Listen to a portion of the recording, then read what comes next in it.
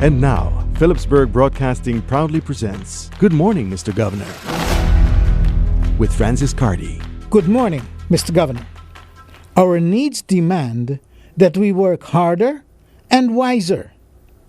The month of July is almost behind us, and there are so many issues to be handled both by government and the private sector to ensure that our recovery efforts yield the kind of St. Martin that will encourage development beyond what we were accustomed to in the past.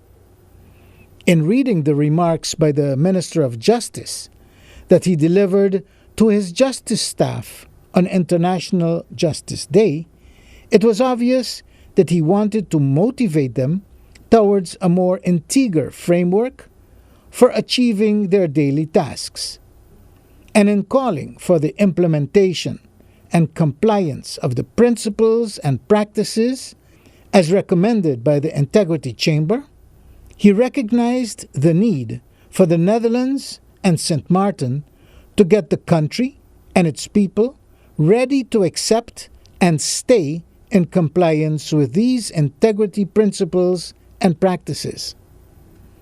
The correlation between corruption versus development, with greed versus need, is a good way to introduce this Integrity Chamber, because after talking about this Integrity Chamber for so long, it is obvious that the time has come to launch it rather than to keep talking about it. Our international image has been damaged by corruptive practices in all segments of our society, and it is imperative to introduce those integrity principles and practices that will enable us to change the international perception of our island, its business practices, and the rule of laws governing our ability to provide integer transactions at all levels of our society. Our need is not defined by our greed, but rather it is defined by our limited resources and our ability to maximize the little that we have to achieve what's best for our country and our people.